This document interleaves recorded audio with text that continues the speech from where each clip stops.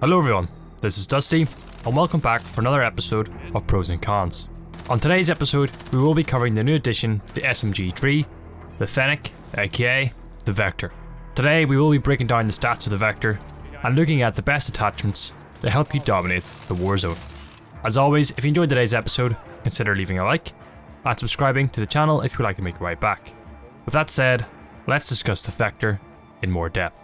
The Vector series are a family of weapons based upon the parent submachine gun designed and developed by the American company Chris, USA, formerly Transformational Defense Industries. They use an unconventional delayed blowback system combined with an inline design to reduce perceived recoil and muzzle climb.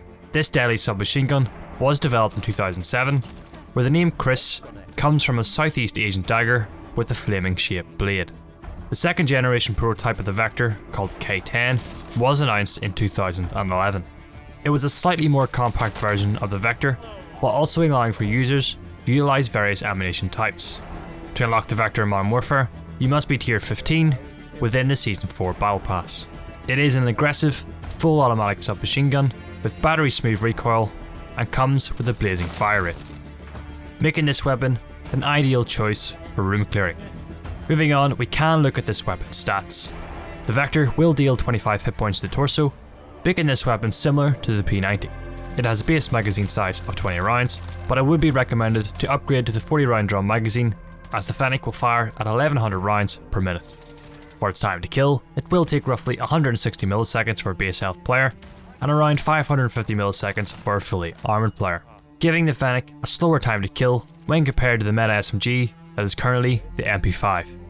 For today's blueprint, we are using the ZLR Sabre for our muzzle, the 16-inch Apex for our barrel, which will give us extra damage, range and bullet velocity, an optic of your choice, the 40 round drum magazine, and lastly the Mark IV grip for hip fire accuracy. In terms of recoil, the Fennec kicks upward and shifts slightly to the left. That being said, the recoil is manageable even at longer ranges.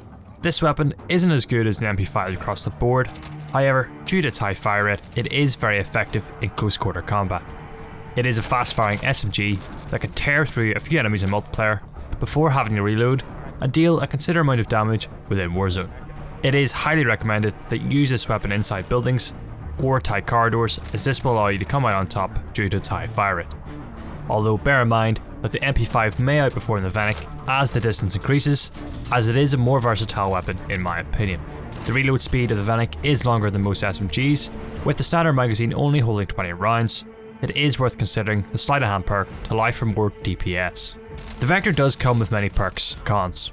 For example, its perks range from having an extremely brutal fire rate when compared to other SMGs. The 40 round magazine is handy as well as its DPS in close quarters. However, for its cons, it does lack range, allowing for it to be outperformed by either the MP7 or MP5. The reload speed is a factor and has lost me some fights in a variety of games. With these factors considered, I would give this weapon a rating out of 10, a solid 8. While the Fennec is worth using, you still have to remember that the stats are not as good as something as the MP7 or MP5. So, if we were to place this weapon in a tier, it would most likely be within the A-class tiers.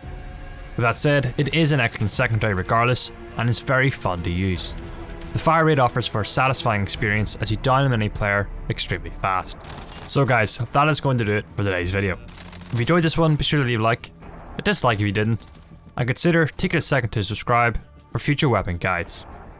Thank you very much for watching, and I'll catch you guys in our next loadout guide where we will be looking at the Uzi. Until then, I'll catch you in the next one.